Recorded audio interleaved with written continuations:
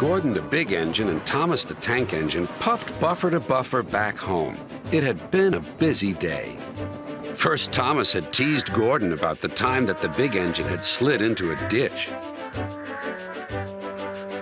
Then Thomas fell down a mine and Gordon came to his rescue.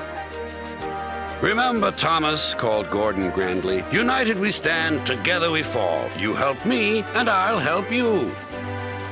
"I'll remember," replied Thomas, "but I hope Sir Topham Hatt forgives us soon."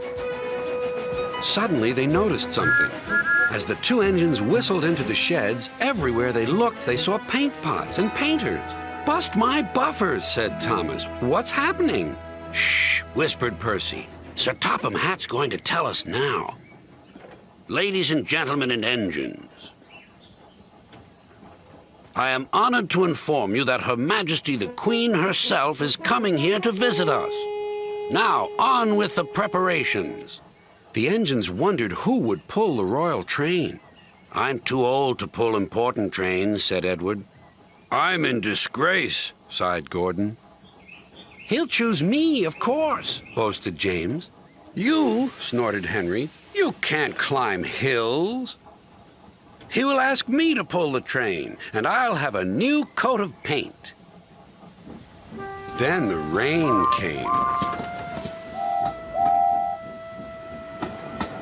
Henry's driver and fireman covered up their cab to keep dry. A painter was on the ladder above the line. Henry's smoke blew high into the air. The painter couldn't see. Both he and the paint pot fell all over Henry. Poor Henry. "Well, you're not a pretty picture," sneered the painter. Sir Topham Hatt spoke next. "You look like an iced cake, Henry. That won't do for the royal train. I must make other arrangements."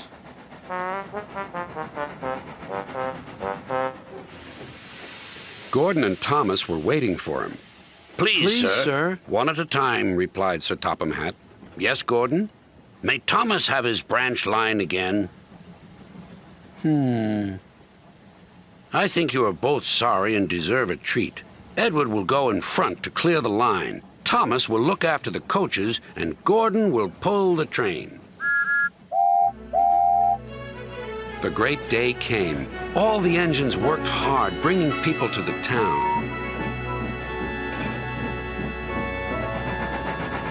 Thomas sorted out their coaches in the yard.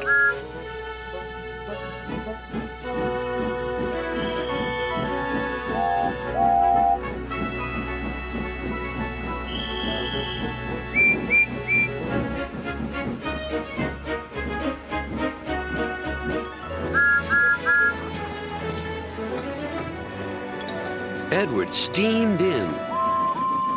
"Beep! The Queen is here!" Then Gordon whistled as he approached the station. Everyone knew that sound. The Queen's train glided into the station. Gordon was spotless and his brass shone brightly.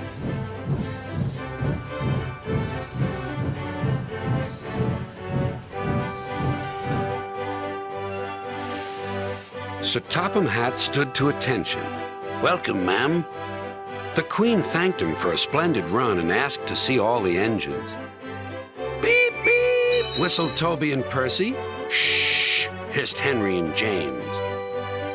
But Toby and Percy didn't care. 3 cheers for the Queen! Beep, beep! Whistled the engines.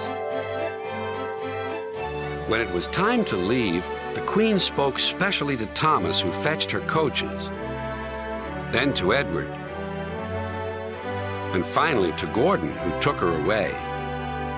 No engines ever felt prouder than those on Sir Topham Hatt's railway.